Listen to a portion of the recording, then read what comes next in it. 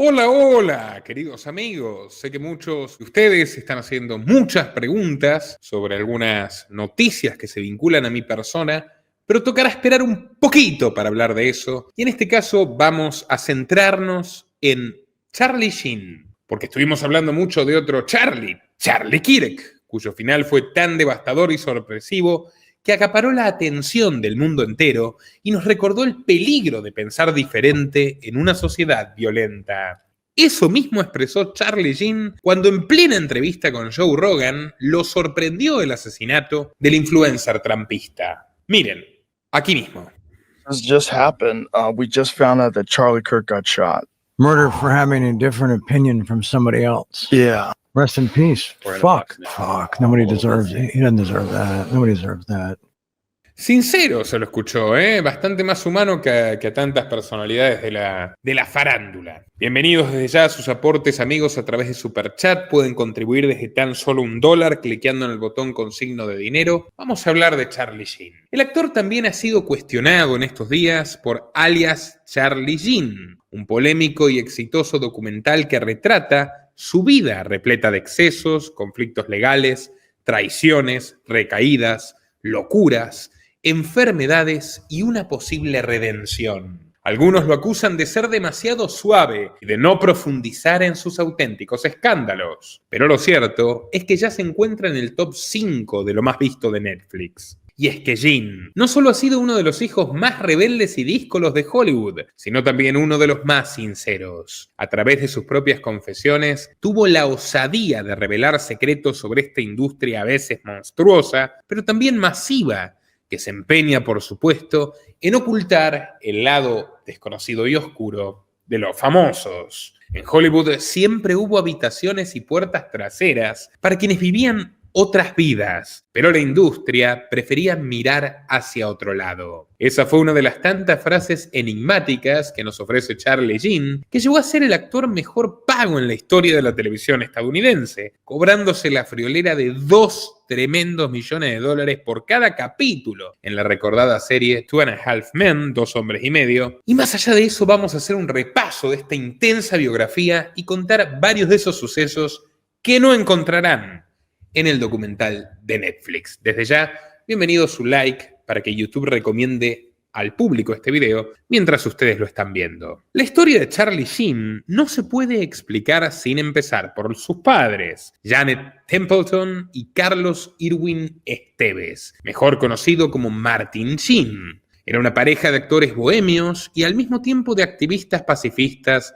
comprometidos. Martin se involucró en movimientos católicos pacifistas y fue arrestado en 66 ocasiones por ejercer una ejemplar desobediencia civil no violenta en protestas contra la segregación racial, la guerra de Vietnam, la proliferación de armas nucleares y el maltrato a campesinos inmigrantes. Aún era un joven idealista de 25 años de edad cuando nació su tercer hijo, el 3 de septiembre de 1965. Estos eran de los que cultivaban el amor y no la guerra. Charlie tuvo problemas con el mundo desde sus comienzos, porque estuvo a punto de ahogarse con el propio cordón umbilical que le unía a su madre y solamente sobrevivió gracias a las habilidades de un tal Dr. Irwin Chabón. Sí, se escribe Chabón. Tampoco tuvo una niñez convencional. En su libro biográfico recuerda que cuando tenía apenas 5 años de edad solía visitar la cocina y toparse a sus padres desnudos, como Dios los trajo al mundo, en una etapa de exploración filo hippie, donde experimentaban los beneficios del nudismo. Sus primeros años los vivieron en los peligrosos suburbios neoyorquinos, pero a finales de los años 60 toda la familia Sheen cargó sus petates en un Chevrolet y se mudó a la soleada ciudad de Malibú, en California, a tan solo 50 kilómetros del mismísimo vecindario de Hollywood. Charlie fue un testigo privilegiado del gran delirio de la industria. En 1976, su papá fue elegido para interpretar el gran papel de su vida. Un tal Francis Ford Coppola, que venía de dirigir las 2 primeras películas del Padrino, apostó a último momento por Martin Sheen para que sea el joven protagonista de una película inspirada en El corazón de las tinieblas, de Joseph Conrad, una novela prodigiosa que desde ya les recomiendo y mucho. Me refiero, por supuesto, a la película llamada Apocalypse Now. Apocalipsis Ahora. y ciertamente su rodaje se tornó realmente apocalíptico, a tal punto que estuvo a esto nada más de llevarlos a todos a la ruina, empezando por Francis Ford Coppola, que pobre ahora está arruinado pero por otras razones, y además casi mata a todos los integrantes del elenco. Sí, Apocalypse Now es una de esas películas demasiado intensas, también detrás de escena. Se filmó en la densa selva filipina, entre ríos más caudalosos de lo esperado, lluvias no calculadas, un calor sofocante y un tifón que destruyó prácticamente todo el set, no una, no dos, sino 3 veces. El presupuesto se fue disparando a niveles imposibles y el propio Coppola tuvo que hipotecar su casa y sus automóviles para poder financiar aquella producción catastrófica en el corazón de la selva. Marlon Brando llegó excedido en kilos, bastante tarde, y sin haberse leído la novela ni un minuto para entender mínimamente a su personaje tan enigmático, el coronel Kurtz. Martin Sheen alcanzó niveles de estrés tan elevados que sufrió un brutal infarto pese a su juventud, y mientras estuvo hospitalizado durante semanas, su hermano lo reemplazó para filmar las escenas de acción. Y en medio de aquella vorágine, de aquel caos perpetuo, estaba el pequeño Charlie, con sus 10 años de edad. No solo casi pierde a su padre y se queda huérfano, sino que además presenció eventos que lo marcarían para siempre. A menudo colaboraba gustosamente, aplicándole sangre falsa a los extras, pero nunca olvidó la noche en que una antigua tribu nativa realizó su ritual milenario: sacrificar a machetazos a un búfalo que murió entre chillidos agónicos. Esos recuerdos tan impactantes indujeron de alguna manera a que Charlie siguiese el camino de papá. Desde joven participó en películas amateurs junto a Sean Penn y Robert Downey Jr. Ya en aquella época mostraban los tres un carácter rebelde y confrontativo, y concretamente a Charlie Sheen lo expulsaron del secundario Santa Mónica por una combinación de pésimas calificaciones y constantes ausencias. Faltó en una ocasión para irse a Las Vegas de clandestino con sus amigos, y durante la lujuria en la cual estaban embebidos al interior sórdido de los casinos, Charlie conoció a una bella prostituta pelirroja llamada Candy, que lo adentró por primera vez en las mieles del sexo, una de las mayores obsesiones de su vida. Con solo 18 años comenzó su carrera cinematográfica en Grizzly 2,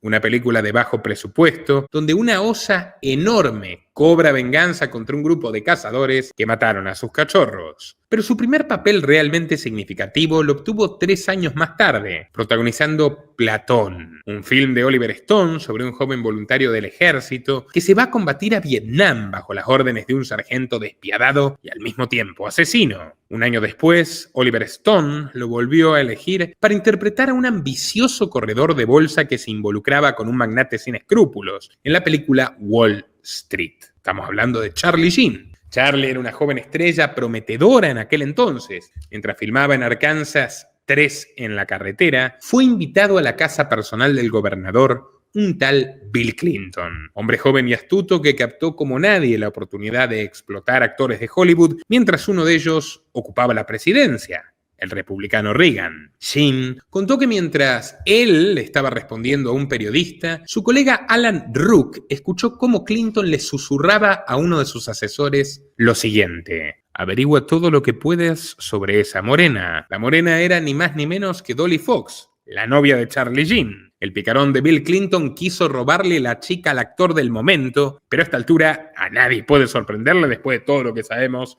de su amistad con Epstein. Así que lo de la novia de Charlie era peccata minuta. Tampoco hay dudas de que Sheen era capaz de competir con el libertinaje del político. En 1990, y en todo su derecho, Clint Eastwood lo eligió como su compañero de policía en la película The Rocky. Y mientras filmaban en Los Ángeles, Charlie forjó un gran vínculo de amistad con Nicolas Cage. Ambos fundaron J5, J5, un grupo de 5 compañeros que se juntaban a beber y a drogarse hasta el desmayo. Dicho todo con fines educativos y periodísticos. Este culto báquico al desenfreno casi convierte a Charlie en un delincuente. Una tarde estaba super high en su baño y en medio de un brote paranoico creyó que de pronto se le había metido un intruso. Entonces sacó de su bolsillo un revólver calibre 22, salió al pasillo, se tropezó con sus propios pantalones, se le cayó el arma, se activó el gatillo y la bala rozó a su pobre prometida Kelly Preston. Preston no sufrió heridas graves, pero decidió cancelar la boda que tenían planeada para ese año, 1990.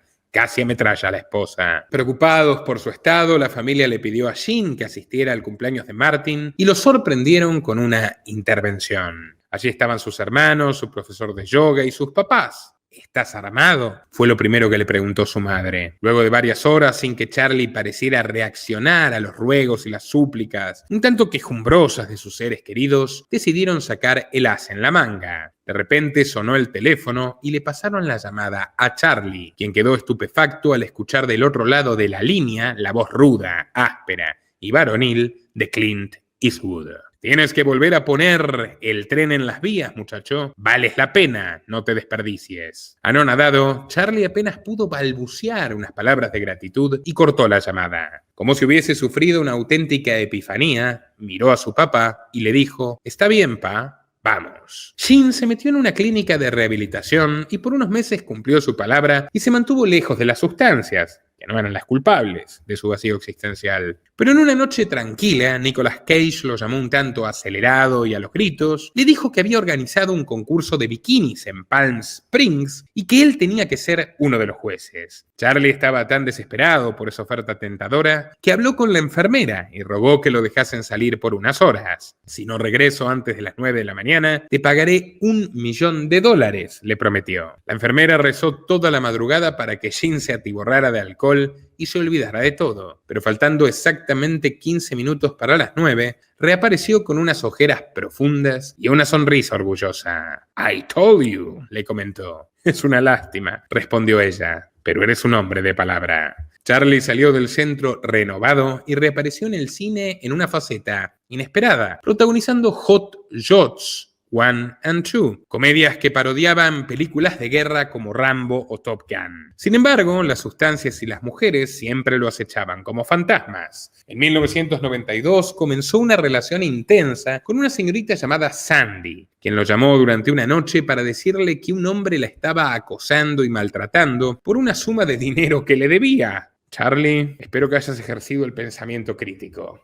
Pero no, Charlie se calzó su revólver y fue hasta el apartamento de ella para amenazar a este hombre y decirle que se largue. Jean se llevó a Sandy a su hogar y como muestra de agradecimiento, ella sacó su pipa de crack y se la ofreció como si fuera una suerte de trofeo, o el gesto aborigen de la pipa de la paz. Mientras Sandy se desnudaba de la euforia, Charlie probó aquella droga por primera vez en la vida mientras ella le hacía una felación. Contó que fue una experiencia indescriptible, una sensación donde finalmente todo adquiría sentido. Y entonces retomó la senda del exceso. Luego de filmar juntos la película Deadfall, Jean y Cage tomaron un vuelo corto y realmente desacatados partieron de Los Ángeles a San Francisco. Subieron tan colocados al avión que en un momento Nicolas Cage fue hacia la cabina del piloto con toda la impunidad de una estrella hollywoodense y le arrancó el micrófono comunicador para hacerle un anuncio a los pasajeros. Fingiendo ser el piloto, dijo: «Les está hablando su capitán, señores.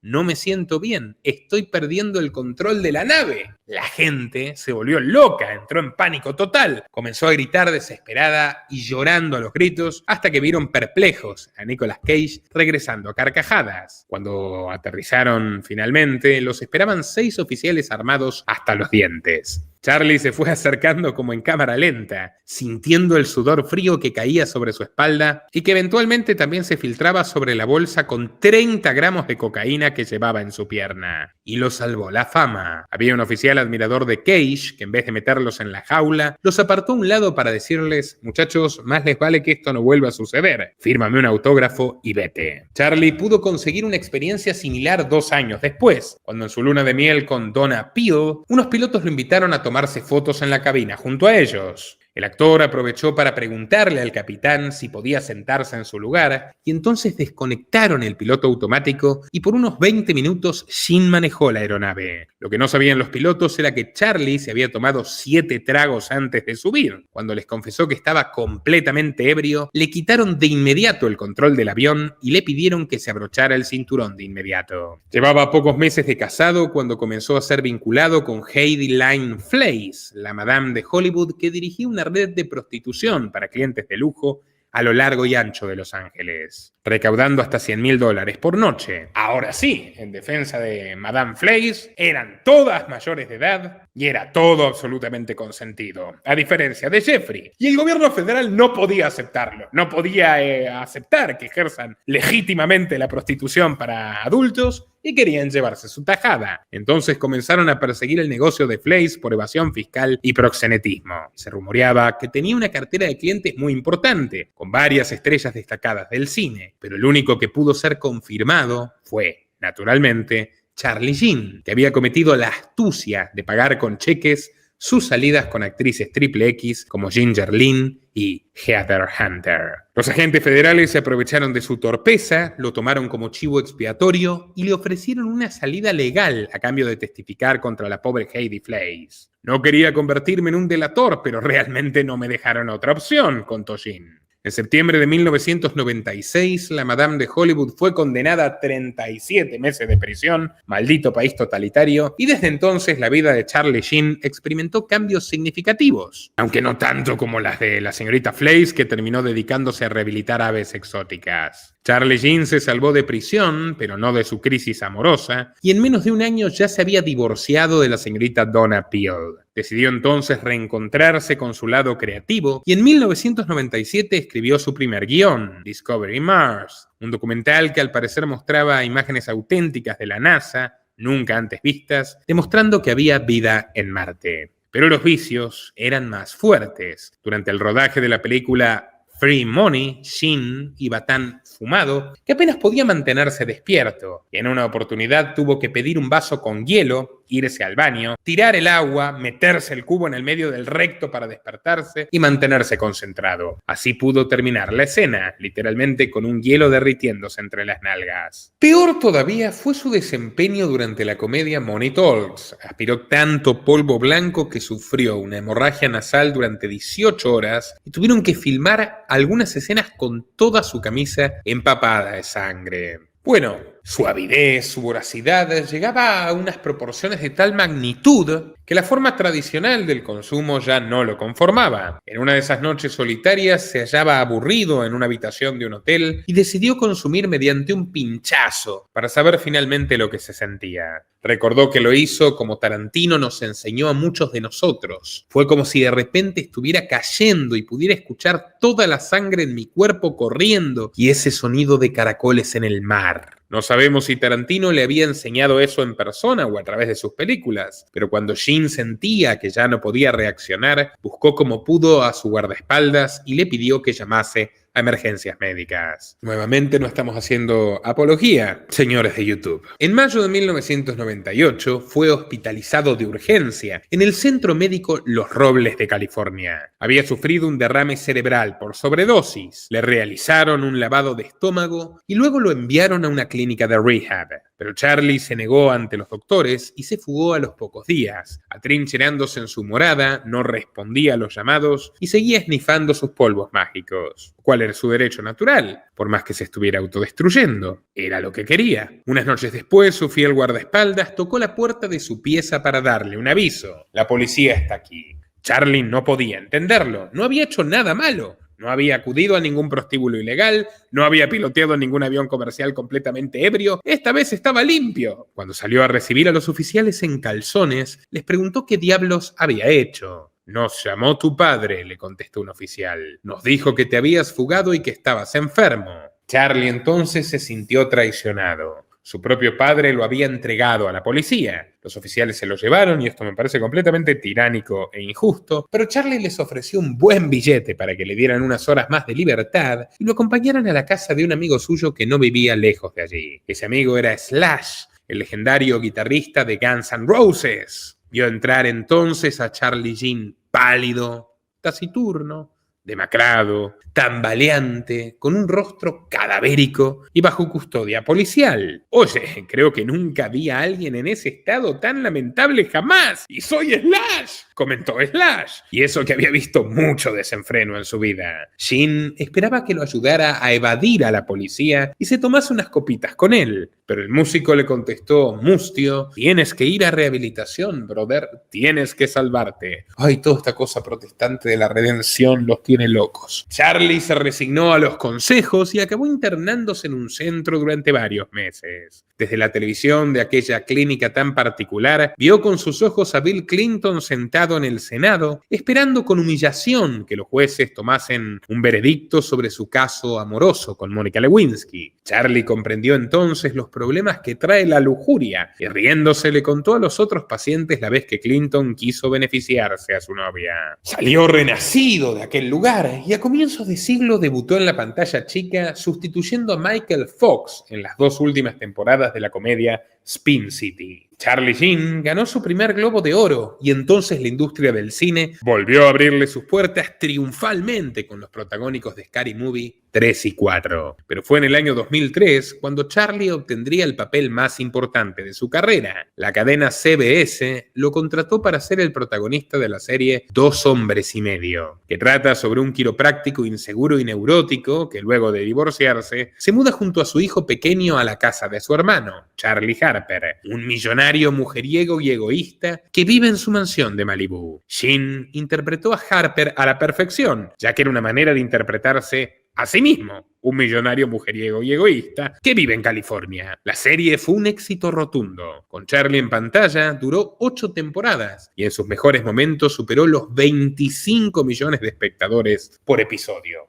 Todo un récord. Y parecía entonces que su vida había dado un giro redentor, revelador. Se casó con la ex conejita de Playboy Denise Richards y juntos tuvieron 2 hijas. La familia parecía feliz, pero en marzo de 2005, Sheen volvió a ser la portada de todas las revistas cuando Denise solicitó el divorcio, acusándolo de haberla amenazado bajo el efecto de sustancias y de consumir demasiada pornografía gay con muchachos de aspecto mancebo, dirían los atenienses. A tal extremo llegó el escándalo que el FBI incluso revisó las computadoras del actor. Pero no pudieron reportar nada vinculado a menores. Para celebrar su inocencia, Charlie lanzó su línea de ropa infantil, Sheen Kids, un poco provocador, y en mayo de 2008 ya se estaba casando con su tercera mujer, Brooke Mueller, con quien tuvo un par de gemelos. Tampoco pudo durar demasiado en aquel amor, porque 2 años más tarde, ella le pidió el divorcio luego de que él tuviese un arranque de locura y la policía tuviera que sacarlos por la puerta trasera. Sheen ya era el paroxismo de Charlie Harper. Sin esposa, con sus hijos apartados, comenzó una relación de a 3 con la modelo Natalie Kenley y la actriz XXX Brie Olson,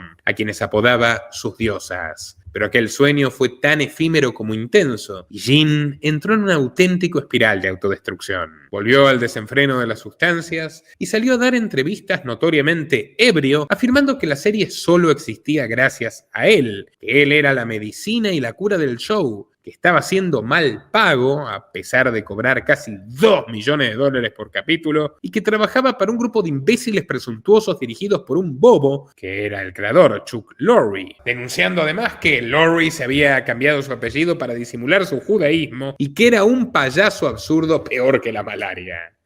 Me, you're neither. You're an ugly clown sent by corporate fools to collect your fill. Chew heartily, loser. Shortly from now, you'll have nothing left. Nothing. How's last night's 2.8 in the demo feel? Ouch. How about last night's 2.6 as well to follow it? Should have gone up. Instead it went down like you on some $4 trollop. Sizzle, losing, bye. You're all nothing shy of traitors. Your irrational egos will be your downfall. Warner Brothers interrumpió la serie y despidió a Sheen. Le prohibió ingresar a los estudios y lo reemplazó definitivamente por el actor Ashton Kutcher, un gran amigo de Diddy Combs y un gran activo de la CIA. Me quedo con Charlie Sheen. Mientras la televisión se burlaba de él por sus excentricidades, la cadena FX decidió contratarlo para protagonizar la serie Anger Management, que gira en torno a Charlie Goodson, un exjugador de béisbol que tuvo problemas de violencia y que acabó siendo terapeuta en manejo de la ira. Pero tras 2 temporadas, la serie fue cancelada y Sheen entonces sufrió una crisis de ira en la vida real que lo llevó a declarar que era un brujo con sangre de tigre y ADN de Adonis, y que él siempre estaba ganando. En su entrevista más célebre llegó a confesar: estoy cansado de fingir que no soy especial, estoy cansado de fingir que no soy una estrella de rock desquiciada de Marte. Claramente estaba un poco desquiciado. It's like winning. I don't know, man. I was banging 7-gram rocks and finishing them because that's how I roll. I have one speed, I have one gear. Go. Because I'm me, I'm different. I just have a different constitution, I have a different brain, I have a different heart, I have a different, I got tiger blood, man. I'm too smart to blink, and I cured my brain. That's how big. The run I was on made Sinatra, Flynn, Jagger, Richards, all of them just look like, droopy-eyed, armless children. I expose people to magic. I expose them to something they're never otherwise going to see in their boring, normal lives. And I gave that to them. I may forget about them tomorrow, but they'll live with that memory for the rest of their lives. It's called Charlie Sheen. Carlos Estevez. Carlos Sheen. Charlie Estevez. Janet Estevez. Ramon Sheen. Billy O'Sheen. Mama Dad Me. Billy Mama Dad Me. Carlos Me Sheen. Sheen Me Ma. All these fladio plants, clav gleepel bluing, glet gleim flum blugs. When's the last time your radio rants led to this? Have you had any? No. Whoa. Before you ask the next question, why don't you get high on this drug? Ding! Pretty cool beans. How about we trade our tiger blood for some winning? Ding! Pretty fucking cool, huh? What do you think of this one? Ding! Luego publicó videos en YouTube donde fumaba cigarrillos por la nariz y maldecía a sus antiguos jefes. I understand. Yeah, I'm glad you went solo. You had fun with it, right? I had more than fun. I had me with it.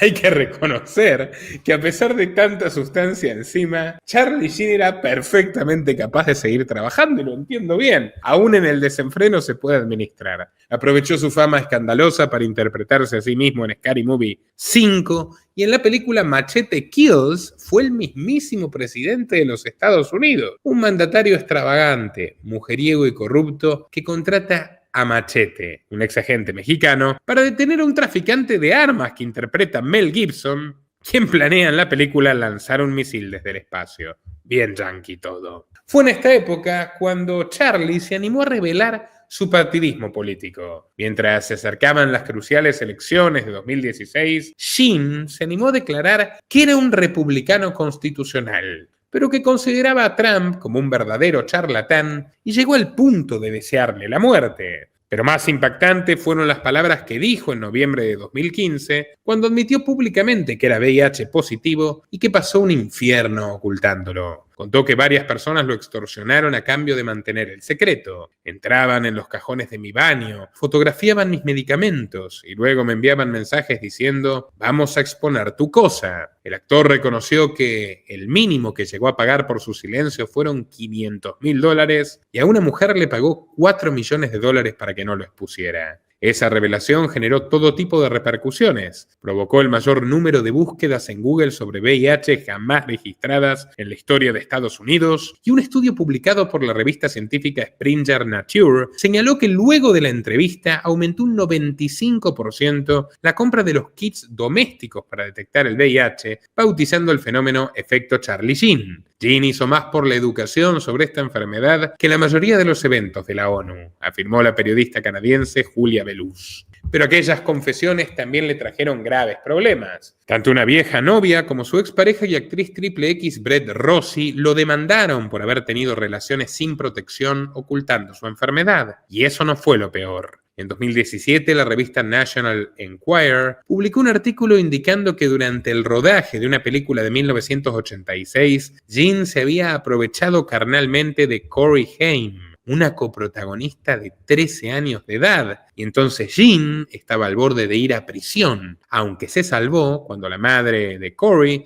logró darse cuenta de que el victimario en realidad había sido otro actor, y estuvieron a punto de meterlo preso siendo inocente. Sin embargo, Charlie entendió que estaba al borde del abismo si seguía con ese estilo de vida, consumiendo con desenfreno día tras día. El único que comenzó a ayudarlo por entonces fue ¿quién? ¿Su padre? ¿Su mejor amigo? ¿Su terapeuta? No.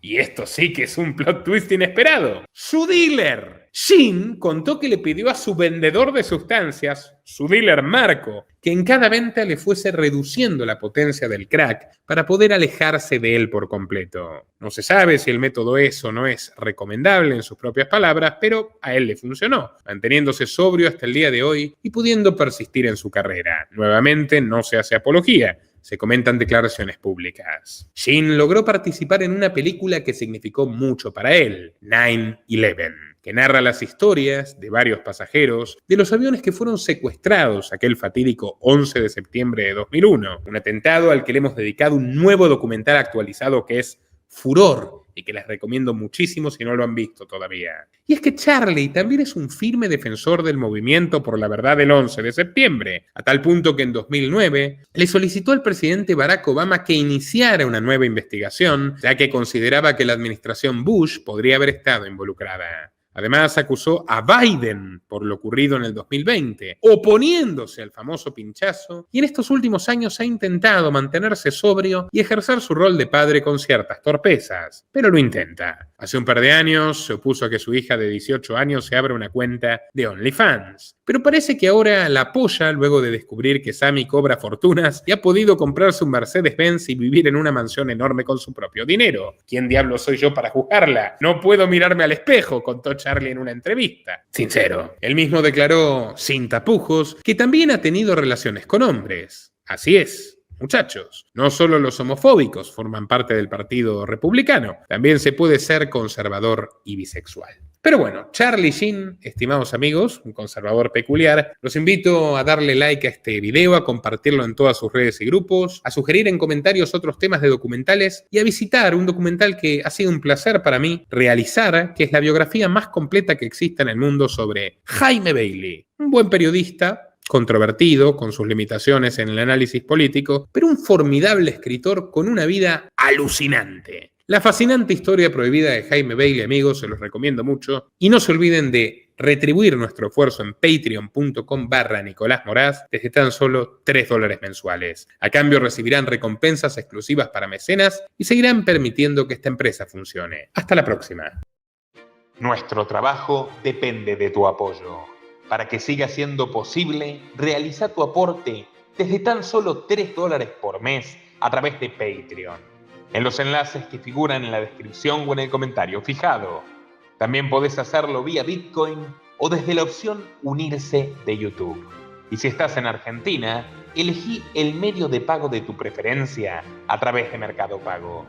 Quienes nos apoyen en Patreon desde $5 mensuales tendrán acceso a análisis, entrevistas, conferencias y documentales exclusivos. También tenemos opciones para sponsors, así que publicita con nosotros a través de patreon.com/Nicolás Moraz.